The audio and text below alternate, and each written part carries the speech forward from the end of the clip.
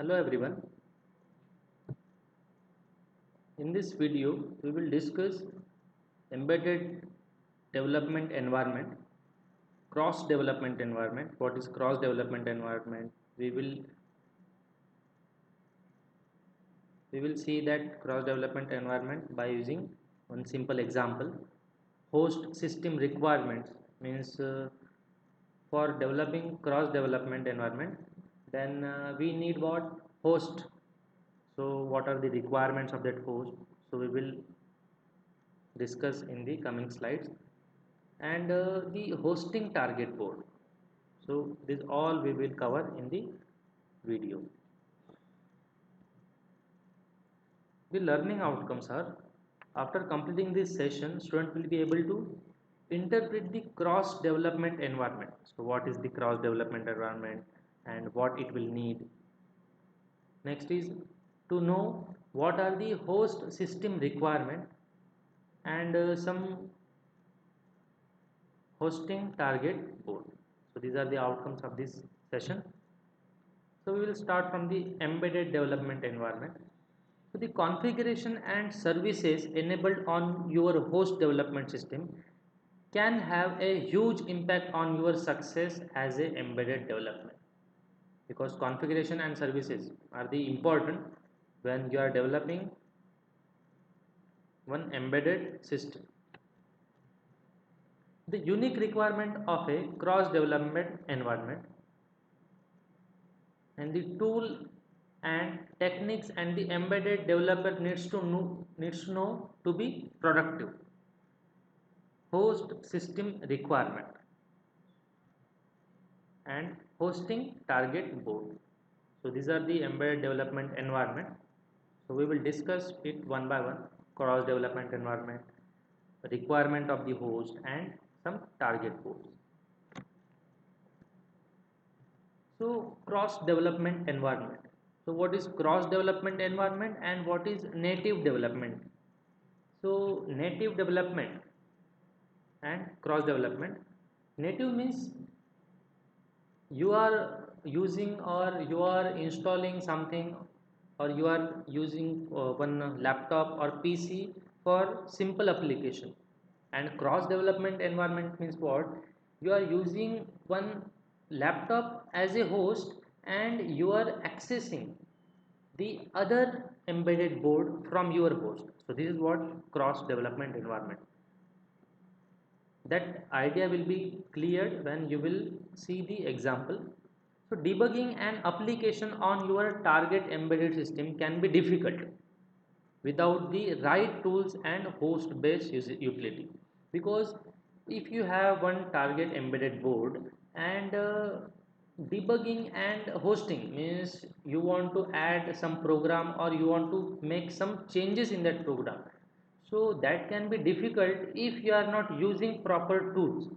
So using of proper tools, this is the important task as far as developers is concerned. And you must manage and separate the files and utilities designed to run on your host system for those you intend to use on your target.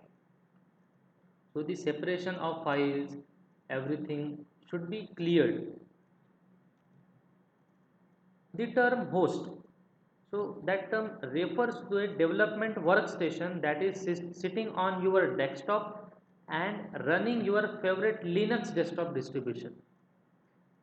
Means host means what? You are using your laptop in this, and you are accessing one different board which is connected to the laptop, or or the other way that embedded board is connected to the laptop.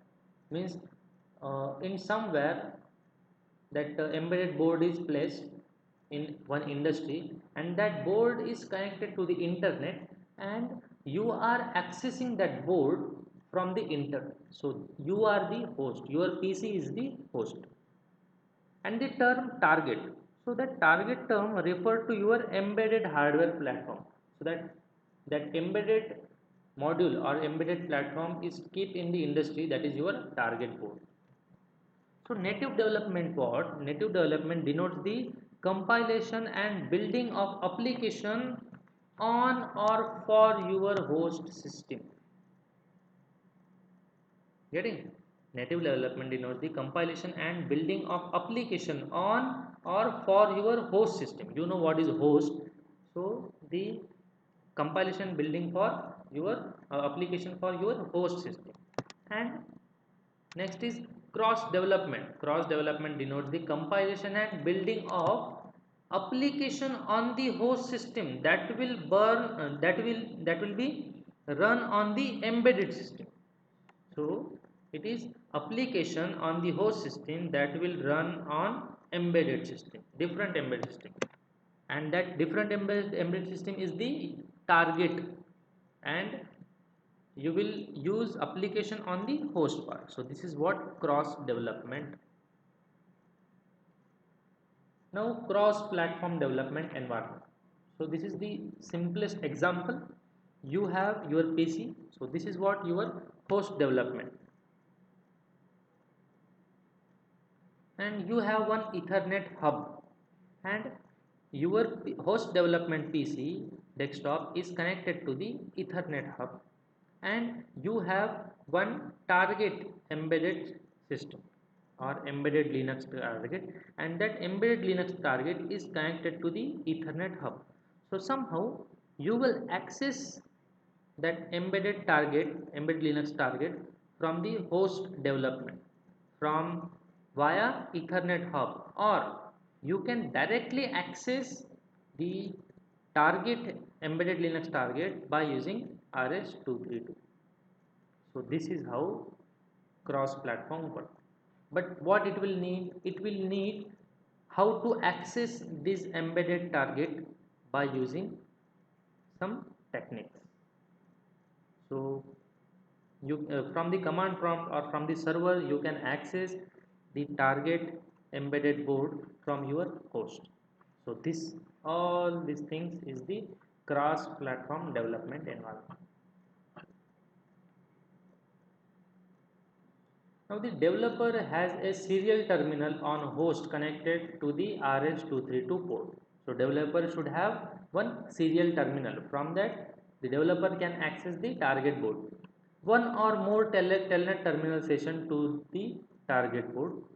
One or more debug session using Ethernet as the connection medium. So Ethernet will be connection medium or RS-232 port. This cross development system provides a great deal of flexibility. You can you can access the target board by using some servers on host. The basic idea is the host system provides the horsepower to run the compiler, debuggers, editor and other utilities, while the target execute only the application designed for it. So your host system provides the horsepower, means your host system can use or can access the target board, and the host system can run compiler debugger on the target board. So what are the requirements of the host system? So host system requirement.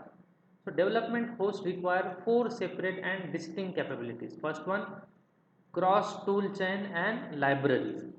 Second, target system packages including program utilities and libraries. Next is host tools such as editor, debuggers and utilities. And last but not least, that is important, server for hosting your target board. So this is the important part, server for hosting your target board.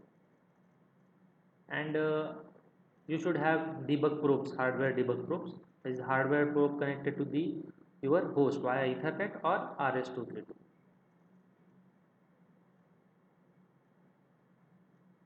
Next is hosting target boards.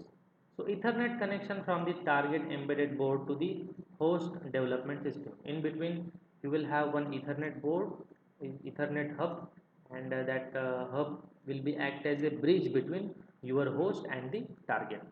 While developing the kernel, you will compile and download kernel to your embedded board many times. Many embedded development system and bootloader have support of TFTP. TFTP. So TFTP is a lightweight protocol for moving files between TFT server and TFTP client. So TFTP is what? It is one protocol for moving. It is similar as file transfer protocol. So it is used to move files from host or server to the client.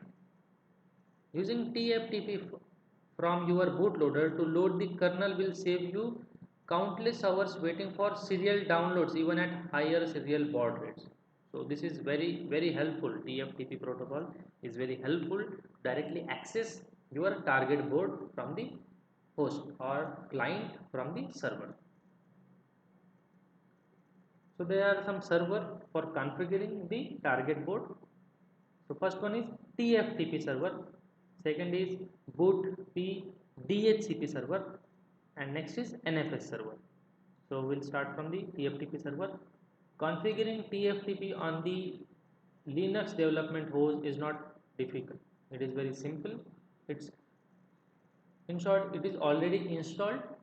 The details may vary depending on the which distribution you are using. So if you have Linux, you have Red Hat distribution, you have Ubuntu distribution, it will vary according to distribution.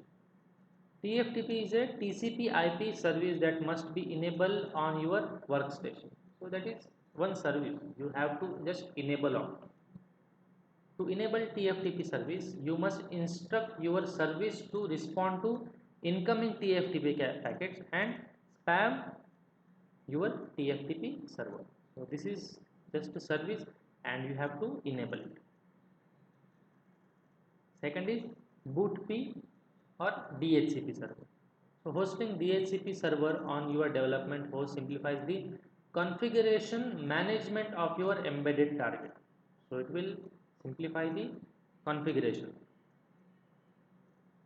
When Linux board on your target board, it needs to configure the Ethernet interface before the interface will be successful.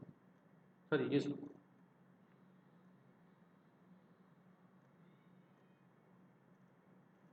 So there are two methods to initialize its Ethernet. First one is hard code the Ethernet interface parameter either on Linux kernel command line or in the default configuration, or configure the kernel to automatically detect the network setting at the boot time. So these are the two ways to establish the connection via Ethernet. And the last server is what? NFS server.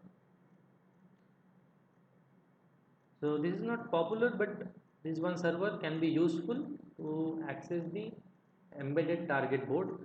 So using an NFS root mount for your target board, it is very powerful development tool. Setting up an NFS server varies depending on the desktop Linux distribution you are using. So again, it will vary according to your distribution. And the advantage of the configuration for development are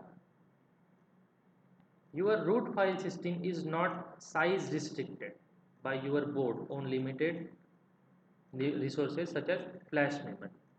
So this size is not restricted, and changes made to your application files during the development are immediately available to your target system.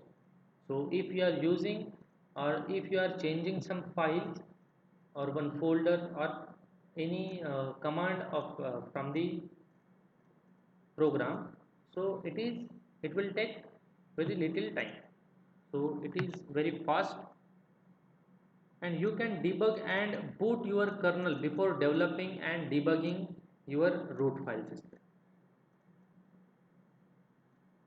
So this is the main advantages of NFS server. So there are various points discussed. First one is embedded development environment.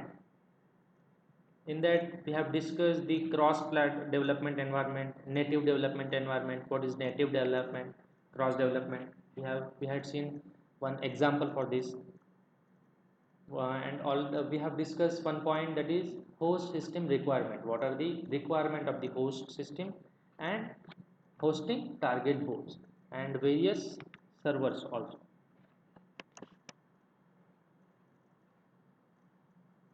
So let's move on to the next video.